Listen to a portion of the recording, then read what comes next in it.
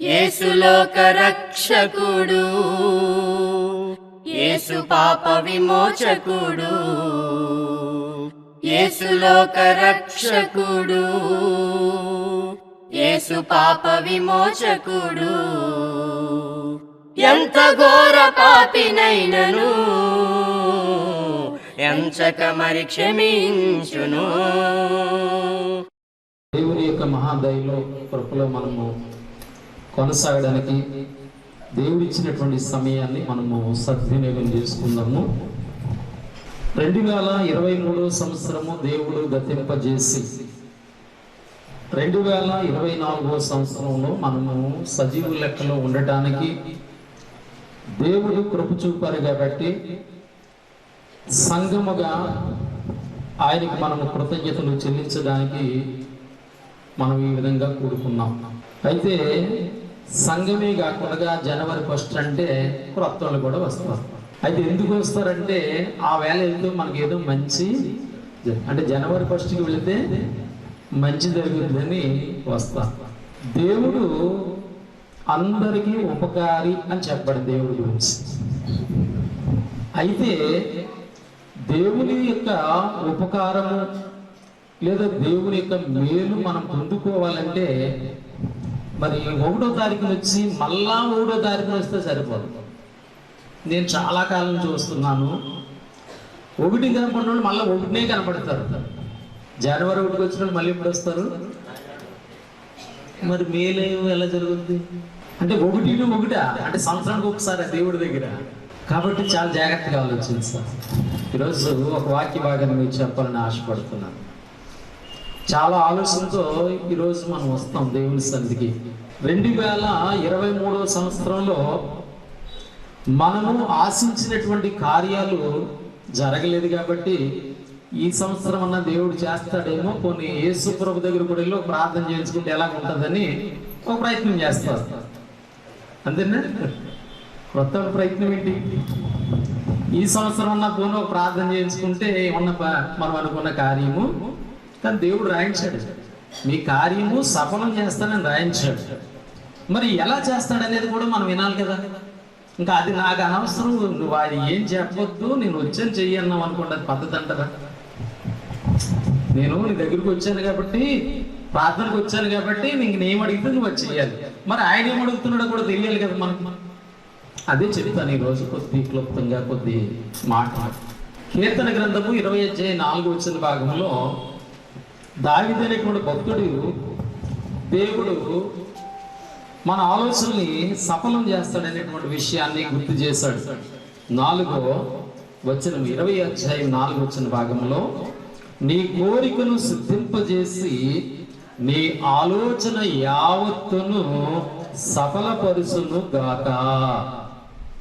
నీ కోరిక సిద్ధింపజేసి నీ ఆలోచన యావత్తును దేవుడు ఏం చేస్తాడు? సఫలపరుచును గాక.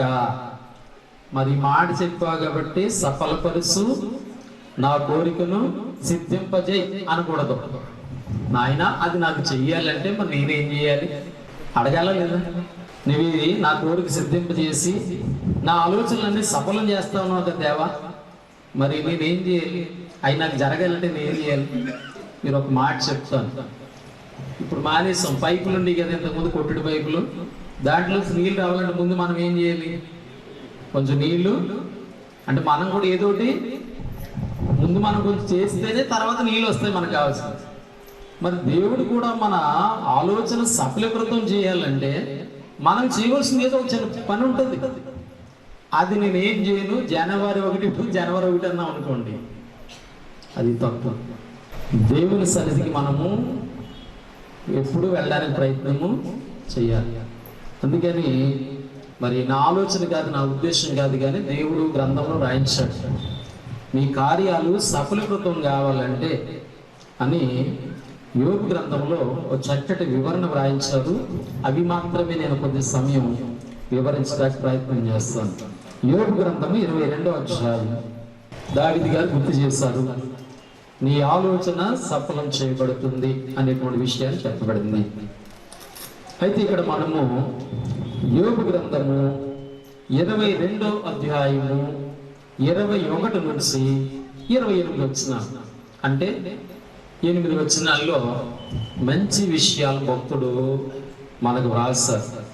వీటిని మనము అర్థం చేసుకుని అలా చేయగలిగితే ఖచ్చితంగా మన కార్యము సఫలం. చెప్పిన ఆయన ఎవరు? దేవుడు కదా. మరి దేవుడు చెప్పిన మాట ఏదైనా నిరర్థకం అవుద్దా?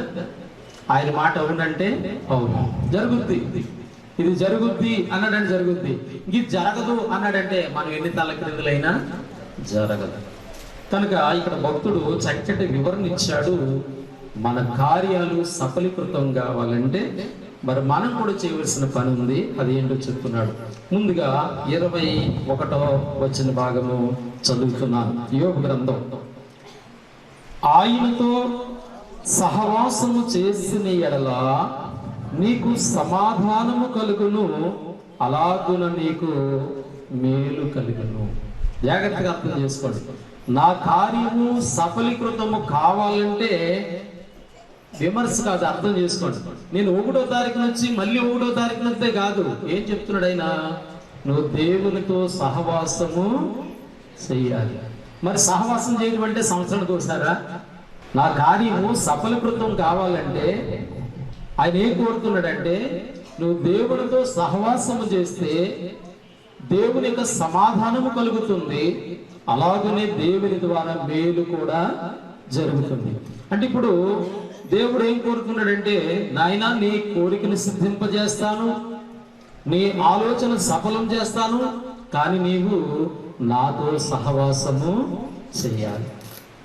మరి దేవునితో సహవాసము లేకుండా నా కార్యాలు చేయాలంటే వాస్తవంగా దేవుడు ఎలాంటి వాడు మీకు ముందే చెప్పాను. ఆయన ఉపకారే, అపకారి కాదు. నమ్మినా నమ్మకపోయినా మానవ జీవితాల్లో దేవుడు చేయవలసినటువంటి కార్యాలు చేస్తూనే ఉన్నాడు. అంతేకాకుండా మన కోరికని, మన ఆలోచనని దేవుడు సఫలీకృతం చేయాలంటే దేవునితో సహవాసం చేయాలని దేవుని ఎరిగినటువంటి ఒక భక్తుని ద్వారా దేవుడి విషయాన్ని గ్రంథంలో మనకి వ్రాయించాడు. అంటే దేవునితో మనము సహవాసము చేయవలసినటువంటి అవసరతల గురించి పరిశుద్ధ గ్రంథం మనకి జ్ఞాపకం చేస్తుంది. మీరు ప్రారంభ క్రీస్తు సంఘం అంటే 3000 మందితో ఏర్పడినటువంటి సంఘమును గురించి మనం ఆలోచన చేస్తే, ఆ క్రీస్తు సంఘమును గురించి వ్రాయబడిన మాటలు చూస్తున్నప్పుడు 3000 మంది అపోస్తులు చెప్పినటువంటి సువార్తను విన్నారు. వారు పాపాలు కడిగేసుకోమని చెప్పాడు పేతురు గారు. మీరు మారు మనసు పొంది పాప క్షమాపణ నిమిత్తం బాప్తిస్మము పొందాలి. అంటే దేవుడితో సహవాసం చేయడం అంటే ఏం చేయాలి? ముందు రక్షణ. అంటే నా కార్యాలు సఫలం అవ్వాలంటే ముందు దేవుడితో సహవాసం కావాలి. దేవుడితో సహవాసం కావాలంటే దేవునికి మనకి పాపం అనేటువంటిది అడ్డుగోడగా ఉంది. ఆ పాపమును మనము యేసుక్రీస్తులో క్షమాపణ పొందాలి. ఆ పాప క్షమాపణ ఇవ్వడానికి యేసుక్రీస్తు వారు ఏం చేస్తారంటే కలవరిలో చనిపోయి సమాజపడి తిరిగి 3వ దినాన్న లేచారు. ఆ యొక్క సువార్తను విని విశ్వసించి మన పాపములు ఒప్పుకుని బాప్తిసం పొందడం ద్వారా మనము పాప క్షమాపణ పొందినటువంటి బిడ్డలము, పరిశుద్ధులయ్యాము, క్రీస్తు చేత సంఘములో చేర్చబడ్డాము. దేవునితో మనకి ఏం దొరికిందంటే సహవాసము దొరికింది. అందుకే 3000 మంది. మరి వాళ్ళు ఎలా ఉన్నారని గ్రంథం చెప్తుందంటే అపోస్తుల కార్యము 2:42లో వీరు అపోస్తుల బోధ యందును, సహవాసమందును, రొట్టె విరుసుడి యందును, ప్రార్థన చేయటి యందును ఎడతెగకుండా వాళ్ళు ఉన్నారు. అంటే రక్షణ పొందడం ద్వారా దేవుడు మనకి సమాధానం కలుగజేశాడు, పాపస్థితిని పోగొట్టాడు. అంతేకాదు సహవాసము ఇచ్చాడు. సంఘముతో చేర్చబడి సంఘము ద్వారా దేవునితో సహవాసం అనేటువంటిది ఉంది. ఇప్పుడు సహవాసం ద్వారా ఏం దొరుకుతుందని చెప్పాడు అక్కడ యోబు గ్రంథంలోని. మీరు దేవునితో సహవాసము చేసిన ఎడల నీకు సమాధానము కలుగును, అలాగున మేలును కలుగు. అంటే మన జీవితాల్లో మేలు కలుగుతుంది. దేవుని ద్వారా మనకు అనేకమైన సమస్యల్లో సమాధానం కలుగుతుంది. అయితే నేను దేవునితో ఏం చేయాలంటే సహవాసం చేయాలి. మరి సహవాసం ఎలా చేస్తానంటే నా పాపాలు ముందుగా కడిగి వేసుకుని ప్రభువు చేత సంఘములో చేర్చబడి మన ముందు అపోస్తులకి మరి 3000 మంది ప్రారంభించబడ్డారు. ఆ సంఘము ఆ పరిచర్య కొనసాగుతుంది కనుక ఆ విధంగా మనము సహవాసము చేయడానికి దేవుడు అవకాశం కల్పించాడనేటువంటి సత్యాన్ని దేవుని వాక్యం మనకు జ్ఞాపకం చేస్తున్నట్లుగా గ్రంథములో మనము చూస్తాం. రెండవ సంగతి యోబు గ్రంథము 22వ అధ్యాయము 22వ వచన భాగం. రెండవదిగా మనం ఏం చేయాలంటే సహవాసం సిద్ధపడి రెండవది ఆయన నోటి ఉపదేశమును అవలంబించము, ఆయన మాటలను నీ హృదయములో ఉంచుకోవాలి. సహవాసానికి వస్తున్నాం, సంఘానికి వస్తున్నాం, వచ్చిన తర్వాత ఏం చేయాలి? దేవుడి యొక్క ఉపదేశము అంటే బోధ. దైవజనుల ద్వారా దేవుడు ఏమిస్తాడు? మనకి బోధన అందిస్తాడు. ఈ ఉపదేశాన్ని మనం ఏం చేయాలి? అక్కడ చాలా మంచి మాట ఉంది, గమనించండి. అవలంబించాలి అంటే విని విడిచిపెడితే మన కోరిక ఏమవుదు? సిద్ధింపచేయదు. అలాగే మన ఆలోచన సఫలము కాదు. కావాలి అంటే సహవాసం చేస్తూ ఆయన మనకు ఉపదేశించినటువంటి ఉపదేశాన్ని ఏం చేయాలి? అవలంబించాలి. అవలంబించాలంటే రెండో లైన్లో ఏం చెప్పాడు తెలుసా? ఆ మాటలు ముందు నీ హృదయములో భద్రపరుచుకోవాలి. మన హృదయములో దేవుని యొక్క మాటలు, దేవుని యొక్క వాక్యము, ఇదే నాకు చెప్పబడుతున్న సందేశము మనందరి హృదయంలో భద్రపరిస్తే వాటిని మనం ఏం చేస్తామంటే అవలంబిస్తాం. అంటే మనం ఏమంటామంటే ప్రార్థన చేస్తే అయిపోవాలి. ప్రార్థనలో శక్తి ఉంది. ప్రార్థన చేస్తే అయిపోవాలంటే ప్రార్థన కూడా కొన్ని జాయింట్లు ఉంటాయి. దేవుడు చెప్తాడు ప్రార్థన చేయాలంటే నీతిమంతుల ప్రార్థన యెహోవాకు ఆనందము అని ఉంది. మరి నీతిమంతులు ఏం చేయాలి? దేవుని మాటలు వినాలిగా. నేను ఈ మాత్రం చేయను, నువ్వు చేయాలంటే ఇలాగ ఎన్ని జనవరిలో వచ్చిన ఉపయోగము ఆలోచించి 2024వ సంవత్సరంలో నా కోరిక సఫలం చేయాలన్న దేవుడు, నా ఆలోచన సఫలం చేయాలన్న దేవుడు ఆయన ఏం చెప్తున్నాడంటే, నాయన సంఘముతో సహవాసం చెయ్యి. నీకు అందించబడుతున్నటువంటి బోధని నీ హృదయంలో భద్రపరుస్తూ వాటిని నీవు అవలంబించు అనేటువంటి విషయాన్ని అక్కడ జ్ఞాపకం చేస్తున్నట్లుగా దేవుని ఉద్దేశాన్ని మనకు తెలియజేస్తుంది. అందుకే యాకోబు ఓ చక్కటి విషయాన్ని చెప్పాడు. 1వ అధ్యాయం 21, 22 వచనాల్లో ఆయన మాటలు ఎంత గొప్పవో చెప్తాడు. ముందుగా ఏం చెప్తాడంటే, మీ ఆత్మలను రక్షించుటకు శక్తిగల వాక్యమును మీరు స్వాత్వికముతో అంగీకరించండి మీ హృదయంలోనికి అంటున్నాడు. 22వ వచన భాగంలో ఏం చెప్తున్నాడంటే, మీరు వినువారు మాత్రమై ఉండి మిమ్మల్ని మీరు మోసపుచ్చుకోవద్దు. వింటున్నారు గాని మీరు అవలంబించట్లేదు, వింటున్నారు గాని మీ హృదయంలో భద్రపరుచుకోవట్లేదు. అదే అక్కడ దాని ఉద్దేశం. కనుక దేవుని యొక్క ఉపదేశాన్ని మనము అవలంబించే వారుగా ఉన్నట్లయితే నా కార్యములు దేవుడు సఫలీకృతము చేస్తారని గ్రంథం మనకి జ్ఞాపకం చేస్తూ ఉంది.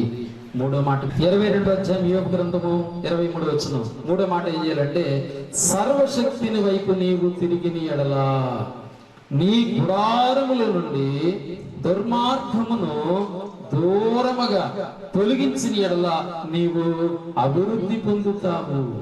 నీ గుడారం అంటే నీ శరీరము. మన ఆత్మకి గుడారం ఏంటి? ఆత్మ ఎక్కడ నివసిస్తుంది? ఓ గుడారం ఉంది. ఏంటి ఆ గుడారం? మీకు బైబిల్లో రాయించాడు. 2 కొరింథీ 5వ అధ్యాయం అంటాడు, ఈ గుడారము శిథిలమైపోయినను అన్నాడు. ఏంటది? శరీరం. కనుక నీ శరీరములో దుర్మార్గపు ఆలోచనలు, దుర్మార్గపు ఉద్దేశాలు ఉంటే వాటిని ఏం చేయాలి? తీసేయాలి. వాటిని తొలగించని ఎడల నువ్వేమవుతావు? అభివృద్ధి.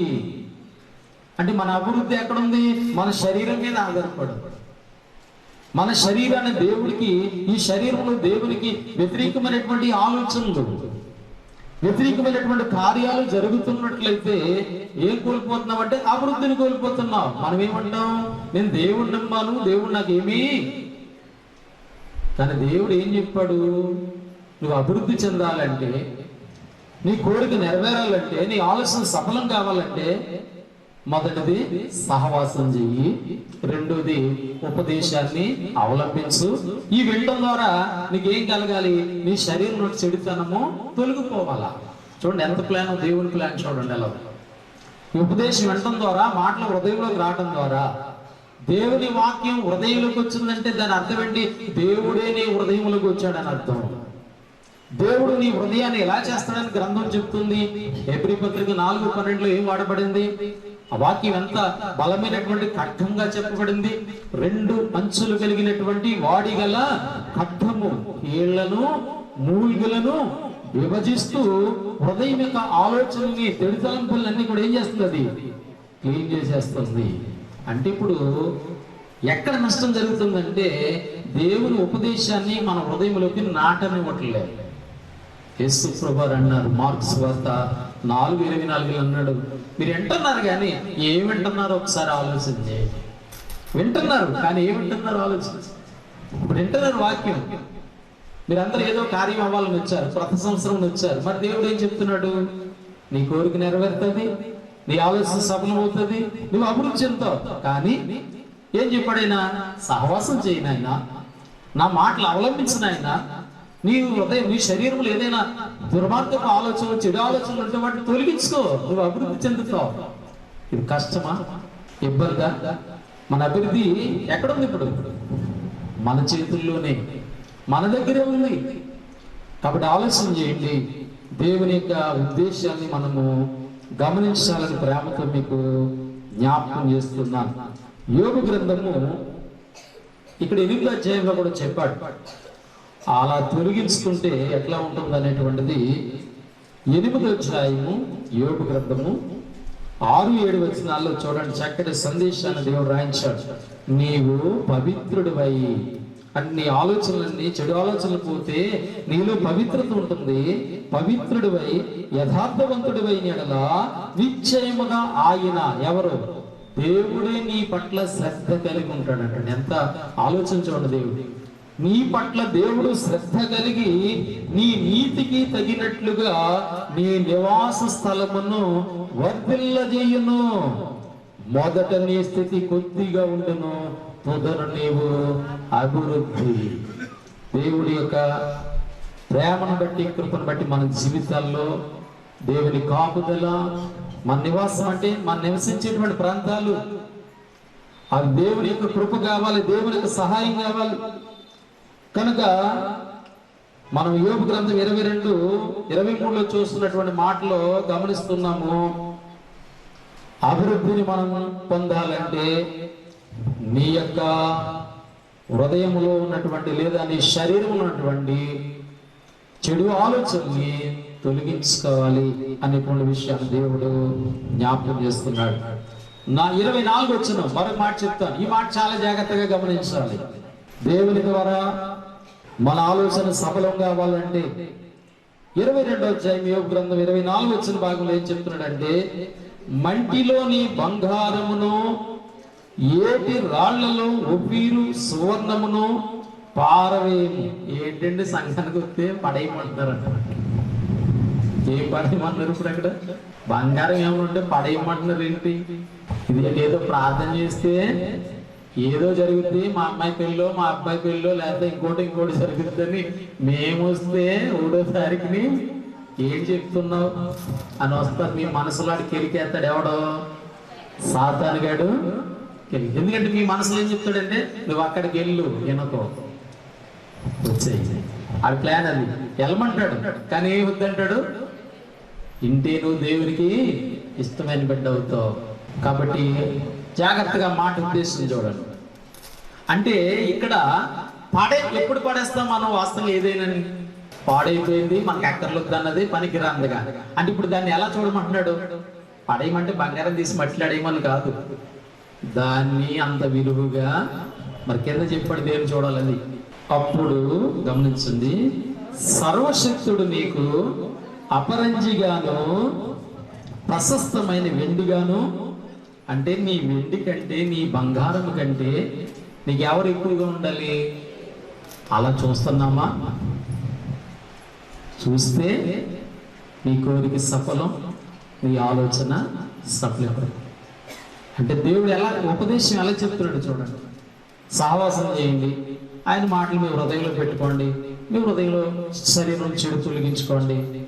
దేవుడిని వాస్తవంగా బంగారం వెండి విలువగా చూస్తాం లోకంలో, కానీ వాటికంటే దేవుడిని విలువగా చూడండి. అలా చూస్తున్నామా లేదా ఆలోచించే. 26 వచనానికి వచ్చేస్తున్నాను. యోబు గ్రంథము 22:26. అప్పుడు ఏది నీవు అలా చేయగలిగితే అప్పుడు సర్వశక్తిని యందు నీవు ఆనందిస్తావు. ఇందాక ముందుగా పాడుకున్నాం ఏమని, ఆనందించుడి ఎల్లప్పుడూ. ఆ ఆనందం ఎలాగ ఉండాలంటే ఇక్కడ చెప్తున్నాడు చూడండి. మనం ఎలాగా ఆలోచిస్తే అప్పుడు సర్వశక్తిని యందు నీవు ఆనందించదువు, దేవుని తట్టు నీ ముఖము అంటే ఎప్పుడు నీ ముఖం ఎవరి వైపు ఉంటది? దేవుని వైపు ఉంటది. ఎలాంటి పరిస్థితి వచ్చినా కూడా ఇంకా ఆయన వైపు చూస్తాం. ఎందుకని? బంగారాన్ని వెండి కంటే ఆయన్ని గొప్పగా చేసుకున్నాం కాబట్టి ఆయన తోటి మనం చూస్తాం. 27 వచనానికి వచ్చేస్తున్నాను. నీవు ఆయనకు ప్రార్థన చేయగా ఆయన నీ మనవి ఆలకించు. అలా చేసి నువ్వు దేవునికి ప్రార్థన చేసి ఆ ప్రార్థనలో మీ అవసరతలు, మీ సమస్యలు, మీ అక్కర్లు ఆయనకి చెప్తున్నప్పుడు ఆయన ఏం చేస్తాడంటే ఆయన నీ మనవి ఆలకించును. 28 వచనంలో ఆయన ప్రాముఖ్యమైన మాట ఏం చెప్తున్నాడో మనం ఆలోచన చేద్దాం. 28 మరియు నీవు దేనినైనా యోచన చెయ్యగా అది నీకు స్థిరపరచబడును. నీవు ఏదైతే యోచన చేస్తున్నావో, ఆలోచన చేస్తున్నావో, దేవుడు నాకు ఇది చెయ్యాలని నువ్వు ఆలోచిస్తున్నావో, ఏ ఆలోచన నువ్వు చేస్తున్నావో అది ఖచ్చితంగా నీకేమవుతుంది? స్థిరపరచబడుతుంది. అది జరగాలంటే పైన కొన్ని మాటలు విన్నాం కదా, సహవాసం చేయాలి, ఉపదేశం వినాలి, ఆ మాటలు హృదయంలో భద్రపరచుకోవాలి, శరీరం అంటే దేవుడికి వ్యతిరేకమైన మనం శరీరం తొలగించుకోవాలి, వెండి బంగారం కంటే ఆయన గొప్పగా చూడాలి. చూసి అప్పుడు మనం ప్రార్థన చేస్తున్నప్పుడు మీరు లాస్ట్కి ఇప్పుడు ఇవన్నీ లేకుండా ఏమంటారు? నన్ను 1వ తారీఖు వచ్చి ఇల్లు కట్టుకోవాలి, ప్రార్థన చేయండి. మన సంవత్సరం అనుకున్నాం, అవ్వలేదు. ఎప్పుడు ప్రార్థన అన్నాడు ఇక్కడ భక్తుడు? ఇది చేసి నువ్వు ప్రార్థన చేస్తే మీరు ఏది ఆలోచన చేస్తున్నారో అదేమవుతుంది? సఫలము. మరి అవ్వాలంటే మనం ఏం చేయాలి? దేవునితో సహవాసము చేయాలి. మరి 24వ సంవత్సరం జనవరి 1 వచ్చారు, మళ్ళీ ఎప్పుడు రావాలి? ప్రతి ఆదివారము దేవునితో సహవాసము చేస్తే ఆయన ఎలా చెప్పిన మాటలు మనం అర్థం చేసుకుని అవలంబిస్తే దేవుడు ఖచ్చితంగా నా జీవితాల్లో అనేకమైనటువంటి కార్యాలు దేవుడు చేస్తాడు. మరియు నీవు దేనినైనాను యోచన చేయగా అది నీకు స్థిరపరచబడును, నీ మార్గముల మీద వెలుగు ప్రకాశించును. ఆఖరి మాట కూడా చూడండి, మార్గం మీద వెలుగు. అంటే మనం వెళ్ళే కార్యాల్లో ఎవడు అడ్డొస్తాడు? చీకటి ఎవరు? సాతాను.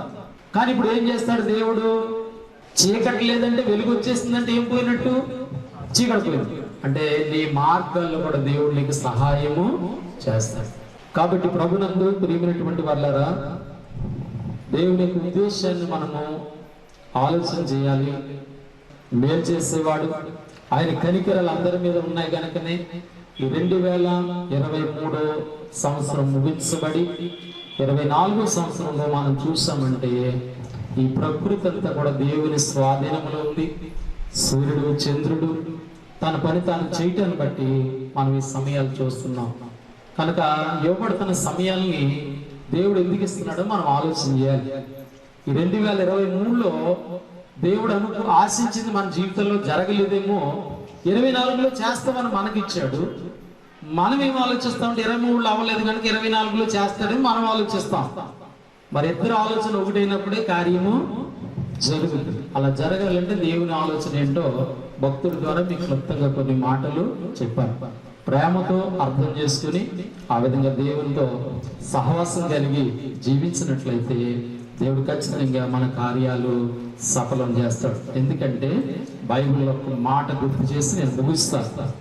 దేవుడి గురించి మీరు చాలా జాగ్రత్తగా అర్థం చేసుకోండి. యెషయా గ్రంథము 43వ అధ్యాయము 13వ వచన భాగంలో మాట చదివి ప్రార్థన చేసుకుందాం. ఈ దినము మొదలుకుని నేనే ఆయనను, నా చేతిలో నుండి విడిపించగలవాడెవడను లేడు. తర్వాత మాట చూడండి, నేను కార్యము చేయగా త్రిప్పివేయవాడెవడను లేడు. మీరు ఆశించిన కార్యము దేవుడు చేస్తుంటే ఆపేవాడు ఎవడ కూడా లేడు. మరి జరగాలంటే మనం ఏం చేయాలి? సహవాసంతో ఆయనతో మనము కొనసాగాలి. కనుక 23లో మనం దేవునితో ఒకవేళ సహవాసం చేయలేదేమో 24వ సంవత్సరంలో దేవునితో సహవాసం చేద్దాం. అలాగే బాప్తిసం పొందిన పిల్లలకి దేవుడు సంఘంతో సహవాసం ఇచ్చాడు. కనుక ప్రతి ఆదివారం వారు దేవుని యొక్క సంఘములో, ప్రభు సంఘములో కొనసాగుతూ సహవాసం చేయండి. మీ జీవితంలో దేవుడు అనేకమైన కార్యాలు చేస్తారు. దేవుని ద్వారా 2 మేళ్ళు ఉన్నాయి మనకి. యేసు ప్రభుని ఎందుకు నమ్ముకోవాలంటే 2 మేళ్ళు ఉన్నాయి. 1 తిమోతి పత్రిక 4:8 అక్కడ ఏమంటాడంటే పౌలు గారు, ఈ భక్తి ఇప్పటి జీవ విషయంలోను రాబో జీవ విషయంలోను ప్రయోజనం. ఈ జీవితానికి ప్రయోజనం జరుగుతుంది. ఈ జీవితం ముగింపు తర్వాత మన ఆత్మకు మరొక జీవితం ఉంది, అది కూడా మేలు. అందుకని ఆయనతో సహవాసం చేద్దాం, భక్తి కలిగి ఉందాం. దేవుడు మిమ్మల్ని, మీ కుటుంబాలని, మీ ప్రాంతాలని, మీ ఆలోచనల్ని సఫలీకృతం చేయాలని ప్రేమతో నేను మనం చేస్తూ మాటలు ముగిస్తున్నాను. మీ అందరికీ నా వందనములు. దయగల నా తండ్రి, ప్రేమగల ప్రభు, పరిశుద్ధుడా, మీకు కృతజ్ఞతలు, స్తోత్రాలు చెల్లిస్తూ ఉన్నాము. మీ కృపను బట్టి, ప్రేమను బట్టి మమ్మల్ని అందరినీ సజీవులకులోంచి 2024వ సంవత్సరం మొదటి దినాన్న మీ నామమును స్తుతించడానికి, గణపరచడానికి సహాయం చేస్తారు. ఇంకెవరైతే రక్షణ లేకుండా ఉన్నారో వారు కూడా మనసును మార్చుకుని మరి ఈ సంవత్సరంలో వారు బాప్తిస్తాలు పొంది సహవాసం కలిగినటువంటి పిల్లలుగా దీవించమని ప్రార్థన చేస్తూ, తల్లవలసిన బిడ్డలు, శ్రమల్లో ఉన్నవారిని, కష్టాల్లో ఉన్నవారిని, బాధలు ఉన్నవారిని, అవసరతలు ఉన్నవారిని జ్ఞాపకం చేసుకుంటున్నాం. మా ప్రాంతవాసుల్ని, మమ్మల్ని పరిపాలించిన నాయకుల, అధికారులు, మా దేశ రాష్ట్రాలను బట్టి, స్థానికంగా ఉన్నటువంటి నాయకులందరిని బట్టి కూడా మేము ప్రార్థన చేస్తున్నాము.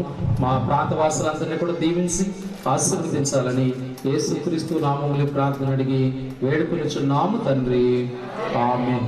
తండ్రి అయిన దేవుని ప్రేమ, కుమారుని యేసుక్రీస్తు కృప, పరిశుద్ధాత్మని ఆదరణ, సహవాసము, కాపుదల నిరంతరం తలవంచిన మనందరికీ ఎల్లప్పుడూ పేరు పేరున తోడైండును గాక.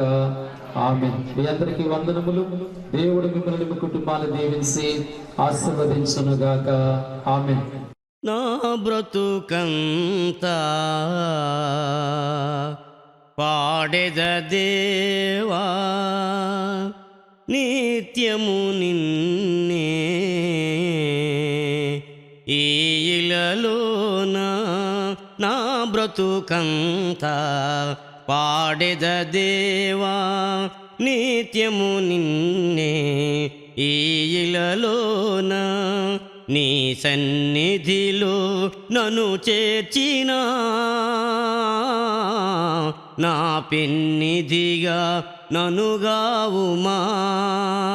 నీ సన్నిధిలో నన్ను చేర్చిన నా పెన్నిధిగా ననుగావుమా. నా బ్రతుకంతా పాడెద దేవా, నిత్యము నిన్నే ఈ ఇలలోన. నీ నామమే నా రక్షణాధారం, నేనాశ్రయించే నా కోటయును. నీ నామమే నా రక్షణాధారం, నేనాశ్రయించే నా కోటయును. నాకేడెము నీవే తోడగు దేవా, నాకేడెము నీవే తోడగు దేవా నన్నే విడువని నా దేవదేవా